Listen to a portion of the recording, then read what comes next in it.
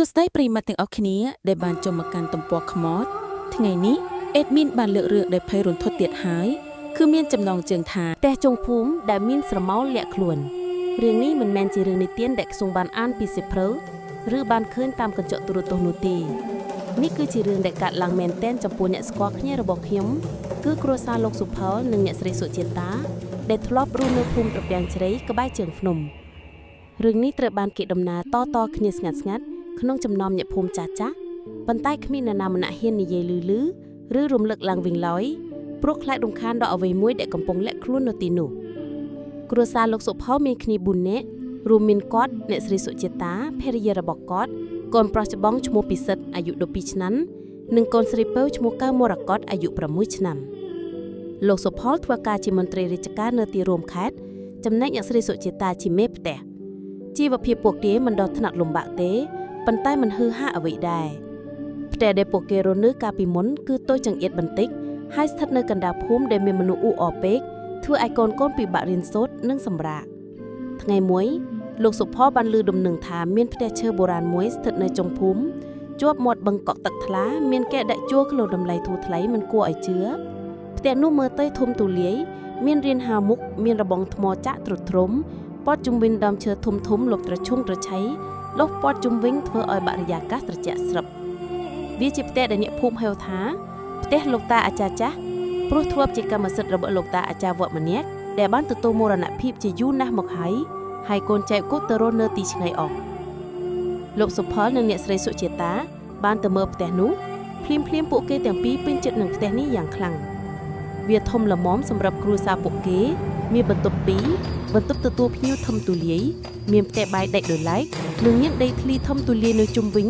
ตีตั้งก็สงัดหล่อมันเคยมีเนฉลองกัดชอบหมดบึ้งชอบจุ่มนุ้ยหล่อเอาไว้มือตื้อหล่อเอ็ดกระจบเลือกแรงแต่บริยากาสเรื่องนี้สงอยบันติบันตุยแต่โปเกกิดทามกไปเพียนนี้ตุกเจ้าอยู่เป๊กดำไหลจูดเท่าคู่เป็นการสมัยก็คืออาโปเกกั้มแต่ประยับสำหรับจิตจวนโปเกกิดทานี่คือเจตนาระบบโปเกไฮโปเกบันสำหรับจิตพลังดอดที่ลุมเนื้อพื้นไงโจนเนื้อโปเกบันเรียบจมพิธีแซนเปรนตัวมวยตามตำลบดำใบซุ่มมาจัดตึกมาจัดได้หนึ่งแง่แท้รักษาประจำนี้อนุญาตเอาโปเกโจนโมโรนเนื้อโดยสุขสันติพิธีนี้ประพฤติโดยธรรมดาขมิ้นเอาไว้เพลกลอย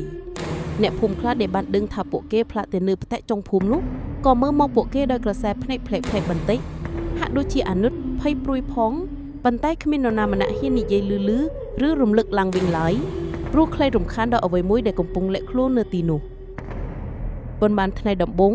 เอาไว้ดำเนินการโดยรุนหล่อก้อนรถเล่งคลุปบริเวณประเทศยังสบายรีปีซึดรถกลไลสงัดองคุยอันสิไพรจำนายแก้วมรกตรถเด้งเมอัมเบาหนึ่งเล่งตุกตาในกรมลุกเชื้อทมโลกสุพอลระวลหนึ่งการเงี้ยจำนายนักสริสุจิตาเรียบจำประเทศสัมบัยปัญหาจับประดำหลีกล่องบันติบันดอยบรรทบปีศาจประดาดำบงบ้านกันลองไต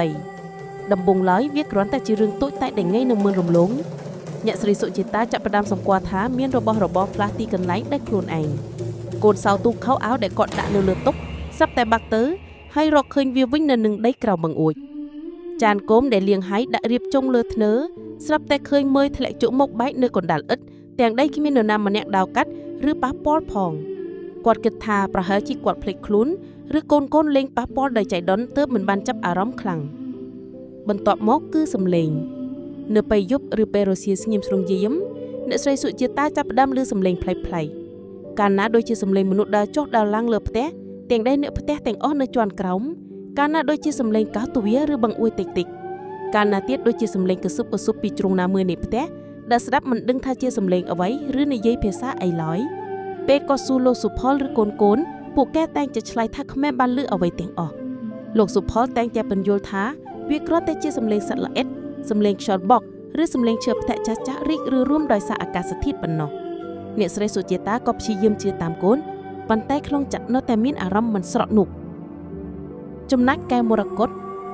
ก้นสไลปื้อก็จะพนักมีนอากับปิริยาพลายแดงเนียงได้ทรวบดีระเวิงซับแต่คล้ายตัวชิมนุษย์เงียบสงัดรบปื้อตึกจิงมุนให้ชนะแต่องคุยมาในอังพเนกสำลังแต่จรุงน้ำมือนิพเทหักดูจีกำปุงเมื่อเอาไว้ได้หยาดโดดเต้เมื่อเหมือนเคยเปคลาเนียงในเยมาในอังให้ในเยแต่กันมัดเพียรบ้านเนียงดำบงลายโปมาได้เก็ตทานเนียงเป็นมัดเพียรสมัยด้วยขมิ้นโดดเต้ได้ ป ប៉ុន្តែអ្វីដែលនាងនិយាយពីមិត្តភក្តិនោះគឺគួរឲ្យព្រឺសម្បូរបន្តិចបន្តង់ម៉ាក់មិត្តភក្តិខ្លួនប្រាប់ថាគាត់នៅទីនេះយូរហើយម៉ាក់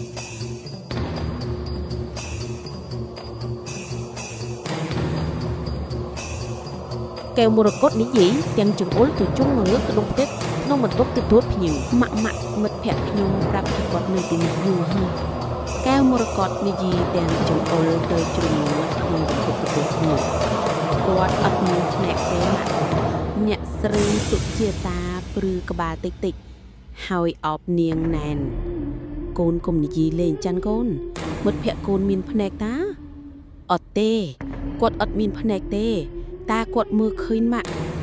កែវមរកតនិយាយដោយសំឡេងរាបស្មើភ្នែករបស់នាងនៅតែសម្លឹងទៅជ្រុងងងឹតនោះពេលមួយទៀតកែវមរកតកំពុងលេងតុក្កតានៅរៀនហៅមកផ្ទះ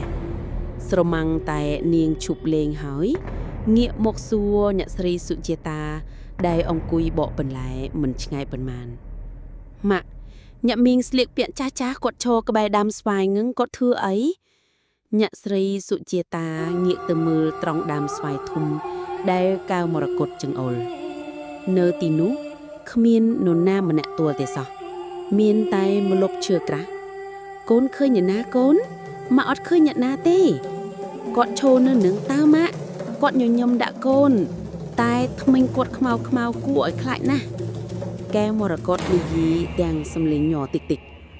រឿងរ៉ាវទាំងនេះធ្វើឲ្យអ្នកស្រីសុជាតាកាន់តែភ័យខ្លាចគាត់ចាប់ផ្ដើមមានអារម្មណ៍ថាមានវត្តមានអ្វីមួយនៅក្នុងផ្ទះនេះដែលមិនមែនជាមនុស្សរស់ទេ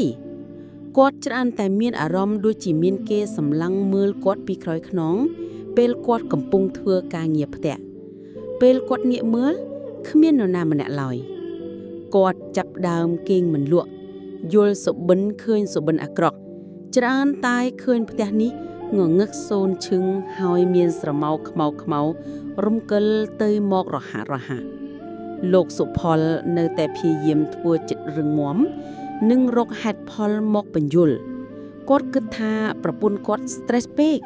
ហើយកូនស្រីគាត់ចេះតែនិយាយតាមអ្វីដែលគាត់ឮម្ដាយនិយាយឬមើលឃើញតាមទូរទស្សន៍គាត់ជួលជាងមកពិនិត្យផ្ទះរកមើលសត្វល្អិតឬសត្វកណ្ដោលដែលអាចបង្កសំឡេង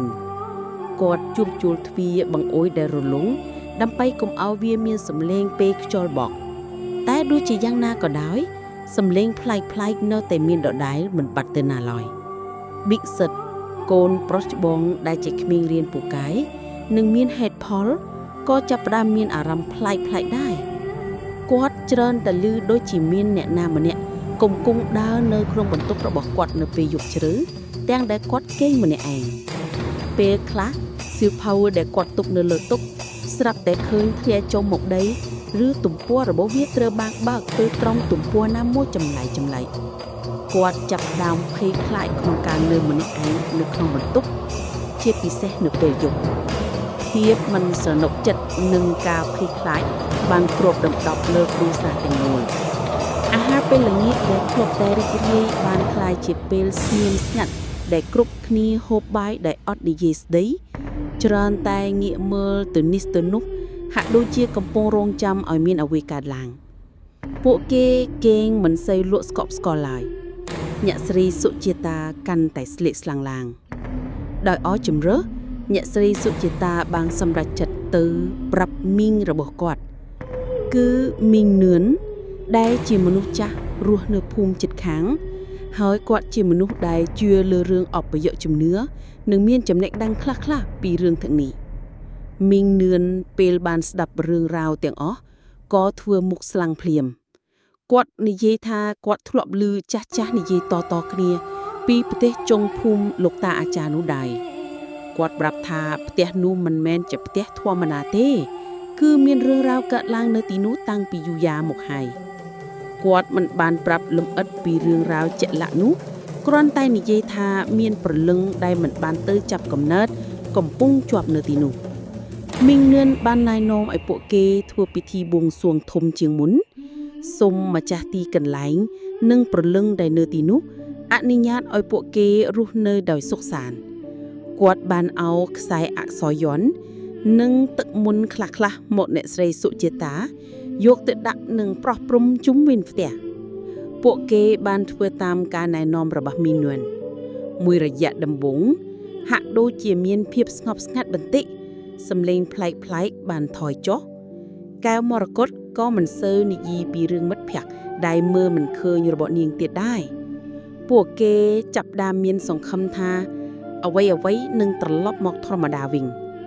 ប៉ុន្តែភាពស្ងប់ស្ងាត់នេះគ្រាន់តែជារឿងបណ្ដោះអាសន្នទេប្រហែលមួយសប្តាហ៍ក្រោយមកអ្វីៗបានត្រឡប់មកអាក្រក់ជាងមុនទៅទៀតការរំខានទាំងឡាយ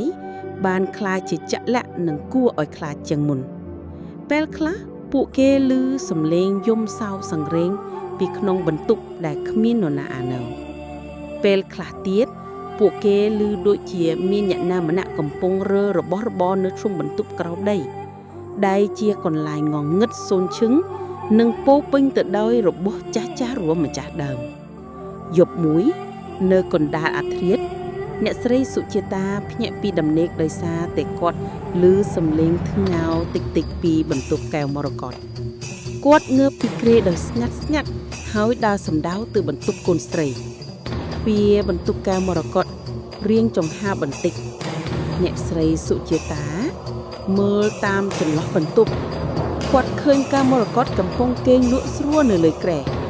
ប៉ុន្តែនៅក្បែរគ្រែកូនស្រីរបស់នាង